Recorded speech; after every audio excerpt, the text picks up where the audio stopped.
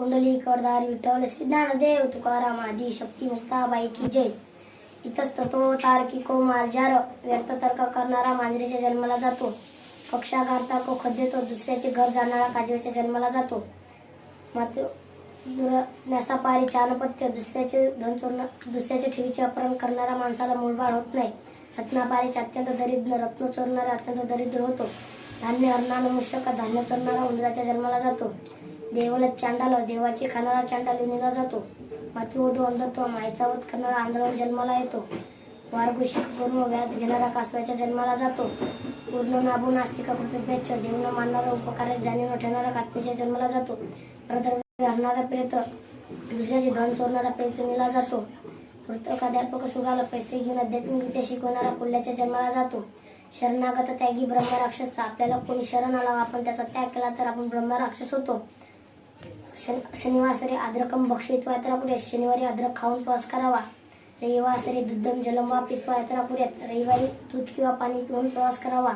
सोमवासरे आदर्शे दृष्ट्वा यात्रा पुढ्यात सोमवारी आरशात पाहून प्रवास करावा। मंगले गुळम संखाद्य यात्रा पुढ्यात मंगळवारी गुळ खाऊन प्रवास करावा। कस्तुंबरी तिल्लंबा भक्षित्वा यात्रा पुढ्यात बुधवारी धने किंवा तीळ खाऊन प्रवास करावा। गुरुदधी जिरंक खाद्य यात्रा पुढ्यात गुरुवारी दही किंवा जिरे खाऊन प्रवास करावा। शुक्र एवं सर्षकमच्या संखाद्य यात्रा पुढ्यात शुक्रवारी जवस किंवा मोहरी खाऊन प्रवास करावा। असकृत जल पानाच तांबूलस्य भक्षणात उपवास प्रदुष्येत दिवस्वप्नाच्या मैथुनात एकापेक्षा जास्त वेळा पाणी पिल्याने पानाचा विडा खाल्ल्याने दिवसा झोपल्याने सुद्धा उपवास मोडतो।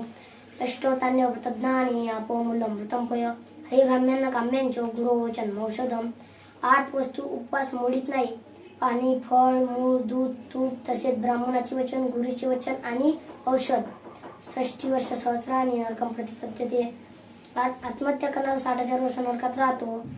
ना शौचम नोदकम नाग्नी नाश्यपांतम च कार्यते आत्महत्या करणाऱ्याचे सुतक नाही त्याला पाणी पाजू नये त्यासाठी रडू सुद्धा नये आणि अग्नी देऊ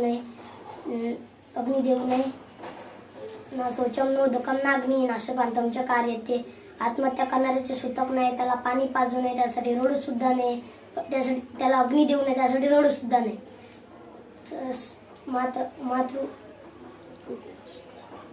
मातरम पितरम वापी भ्रातरम सुहृदम गुरुम निमुद्दिश्य निमज्जुते द्वादशांश फलम भवेत।